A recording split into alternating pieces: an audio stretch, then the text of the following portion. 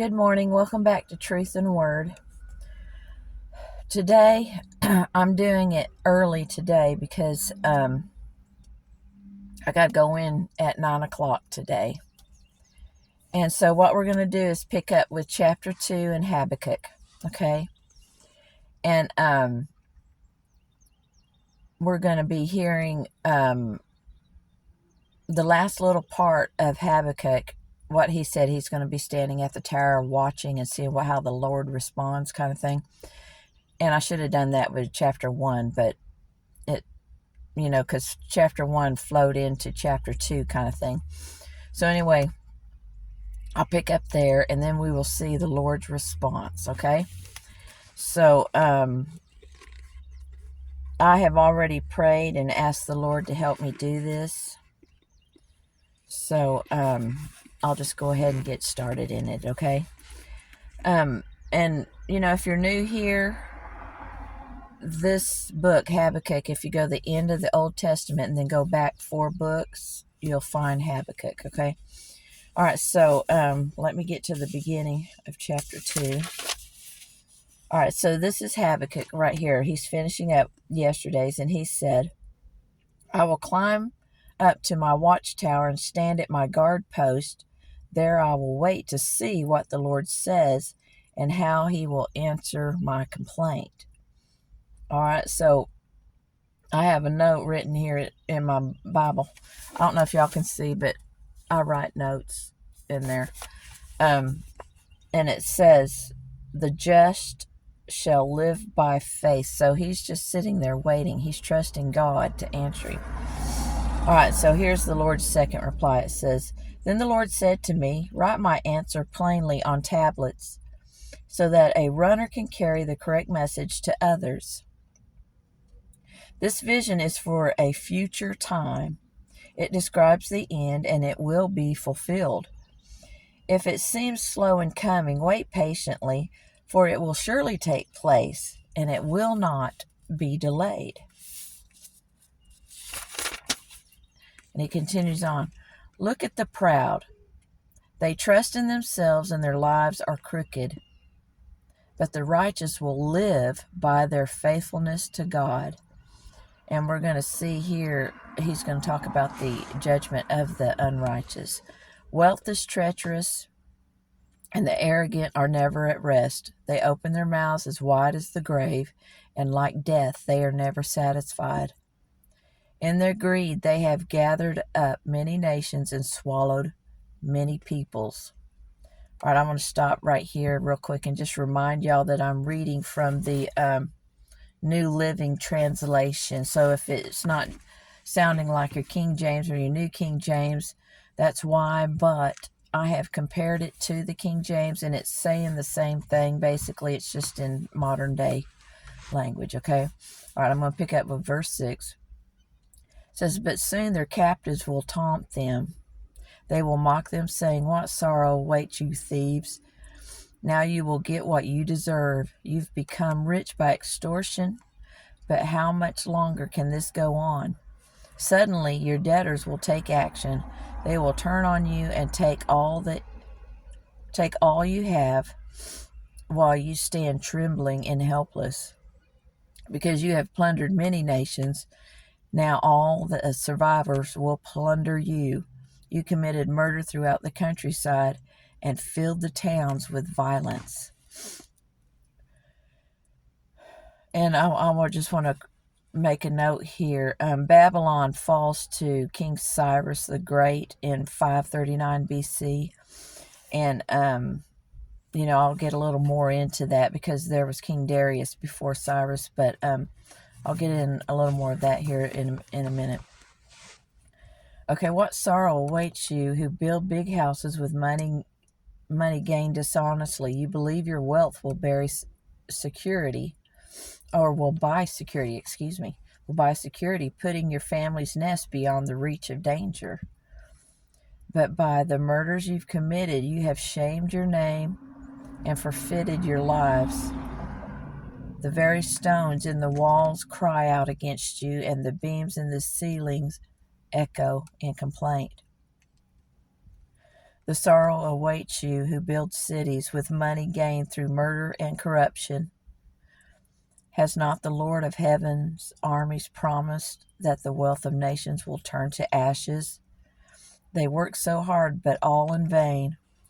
For as the waters fill the sea, the earth will be filled with an awareness of the glory of God.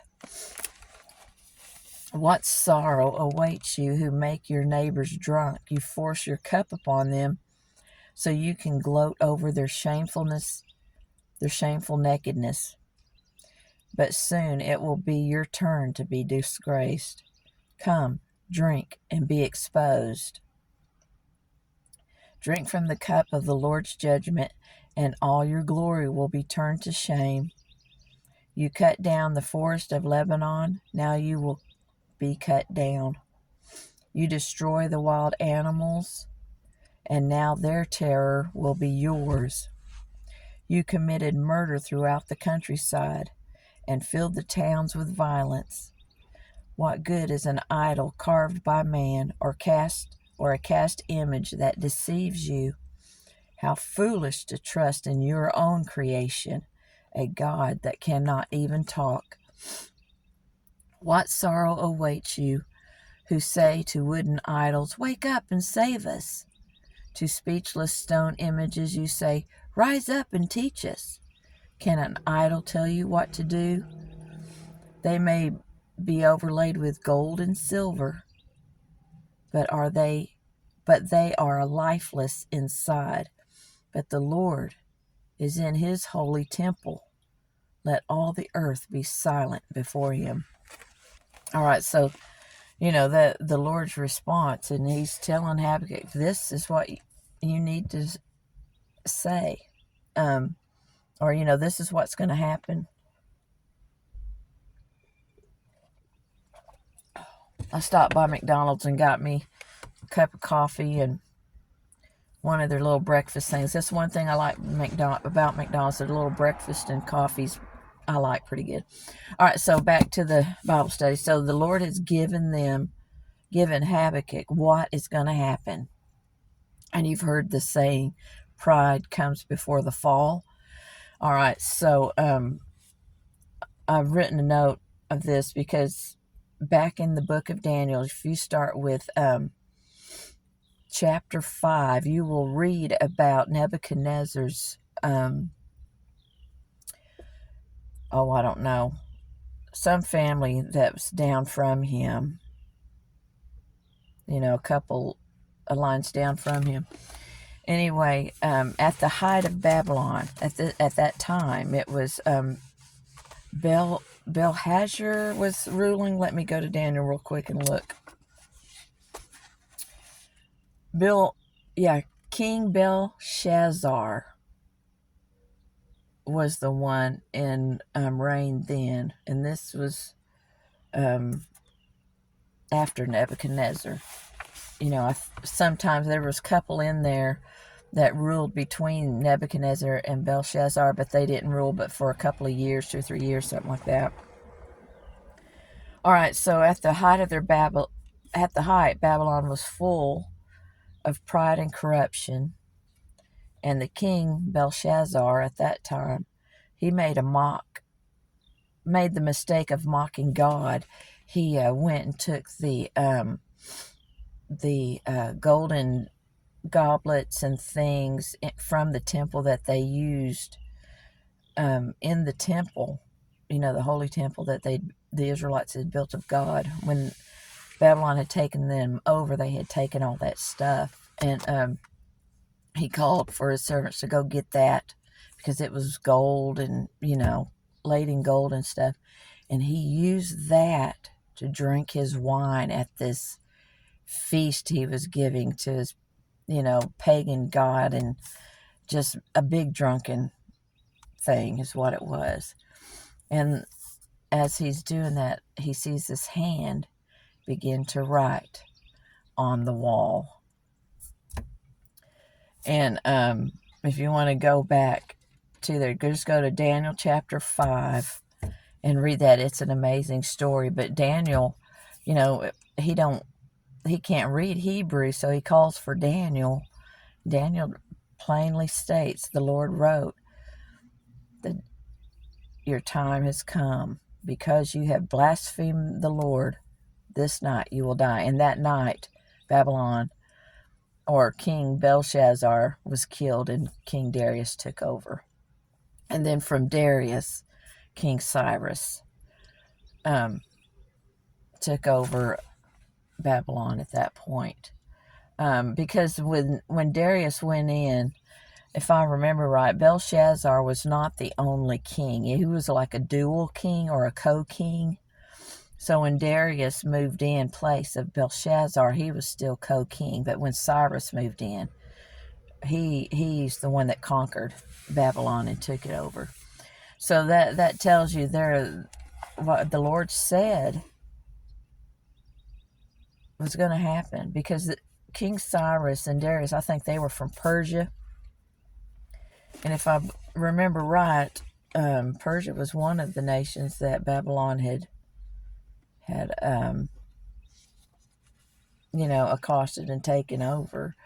And I may be wrong with that in my history, but anyway, they're the ones that King Cyrus is the one that takes over. Cyrus the Great is what they called him, and they called, he was kind of known as the liberator, because he helped the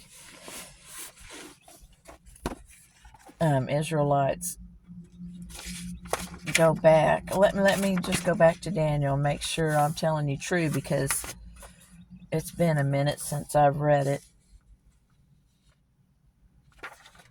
Let's see.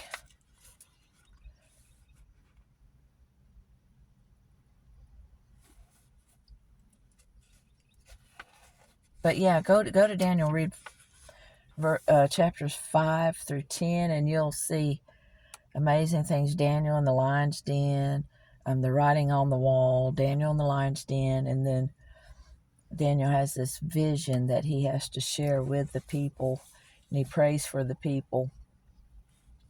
And Gabriel visits Daniel and explains the vision to him.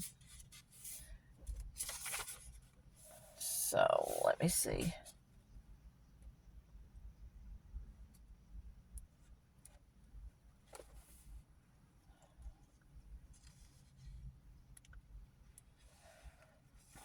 Well,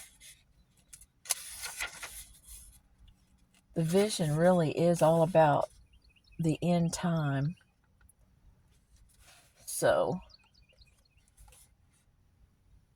okay, so Daniel prospered during the reign of Darius and the reign of Cyrus the Persian. All right, and then it gets into Daniel's vision of end times. So yeah,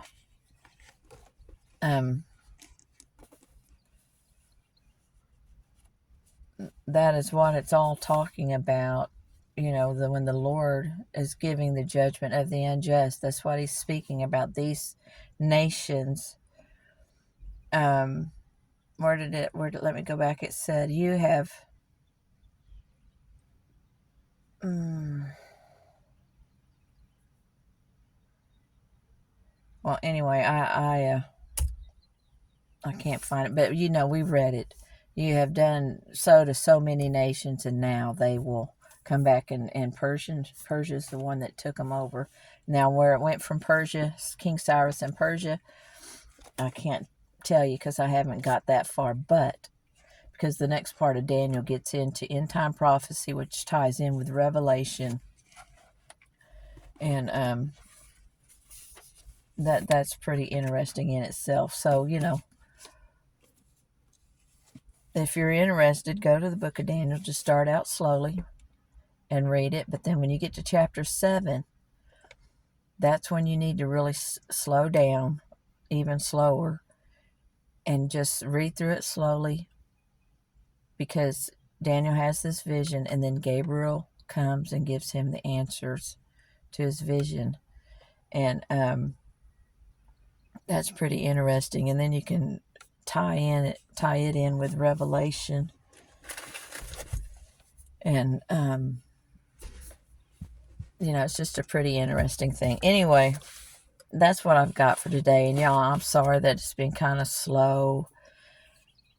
and things. I'm sitting out here in my car. It's pretty nice this morning. I think my car said it was like 68 when I came to work. I don't know what it is. Oh, it's just now 70, so it's pretty nice. I hear the birds chirping, and school's getting ready. Well, school's just started, but I don't have to be in there till 9 o'clock this morning because we've only got 3 little babies. So I'm just kind of sitting out here enjoying the coolness, and I may go to the store here for a few minutes, instead of just sitting here for the next 45 minutes. But I hope y'all are having a blessed day, and I'll be back on Friday. Yeah, this is Wednesday. Yeah, I'll be back on Friday.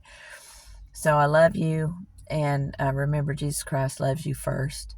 And if you will, please hit that like button so this will grow, and feel free to share this. Okay, I'll see you later.